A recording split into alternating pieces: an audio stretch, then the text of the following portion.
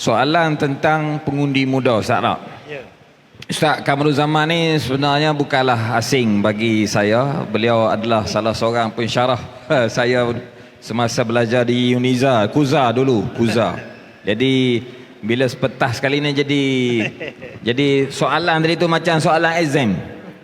Pasal dia pensyarah, pensyarah tanya soalan kepada anak murid. Sokongan pengundi muda kita boleh tengok kalau di media sosial. Ukuran di TikTok dulu Ustaz K.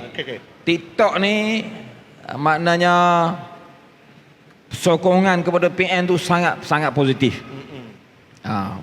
Orang suka dengan cara kita, orang boleh terima cara kita mentadbir negeri, orang menerima cara kita memberi respon. Bahkan kalau program-program yang dibuat, contoh program konvoi motosikal. Program konvoi motosikal kita di Kemaman ke, di Kedah ke, di mana-mana pun orang ramai sokmo.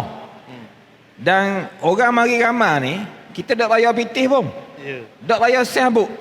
Bahkan dia pula bayar pitih kita. Dia beli t-shirt misalnya. Dia bagi kutipan derma jihad. Dia pula buat keluar modal.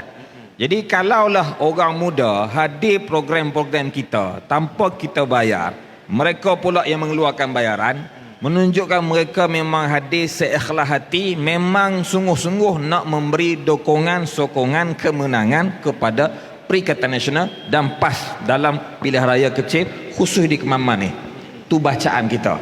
Kajian-kajian dibuat, sebagai contoh yang terbaru kajian Merdeka Center yang saya gunakan dalam berhujah debat di Sina tu.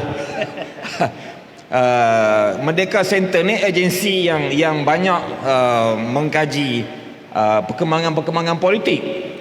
Dan kajian Merdeka Center sebut orang yang tak puas hati kepada pentadbiran PMX ni 60% daripada 1,200 orang tu. 60%. Dulu dia tanya, kajian tu telah dibuat Disember tahun lepas. Orang yang setuju, orang yang tak puas hati, jumlah dia berapa persen? Tak sampai 20%. Makna orang nak tengok macam mana pentadbiran Perdana Menteri baru. Orang masih letak harapan yang tinggi. Tapi sekarang bulan 11, kajian soalan yang sama dibuat, ditanya, jumlah yang tak puas hati itu makin meningkat. Dan disebut dalam kajian itu, majoriti responden itu ialah anak muda. Saya sebut dalam debat di Sinar.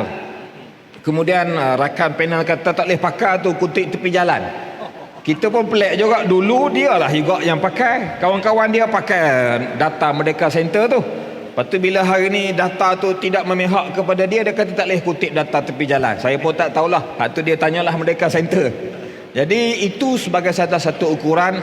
Pertama, kita ukur dari sudut reaksi dalam media sosial. Yang kedua, kita ukur kehadiran program-program secara fizikal. Yang ketiga, kita tengok kajian yang dibuat itu.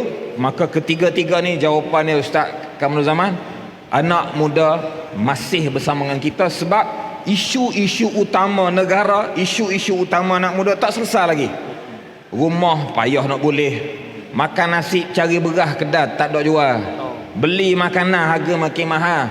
Orang tanya menteri dah bayar mahal nak buat mana, dia kata makan rumah jangan makan kedai. Jadi semua tu tak boleh menyelesaikan masalah utama yang membelenggu anak muda. Sebab itulah anak muda ni selain daripada dia nak menyokong kita, dia nak menunjukkan rasa tak puas hati kepada pentadbiran kerajaan PMX yang ada hari ni, Ustaz.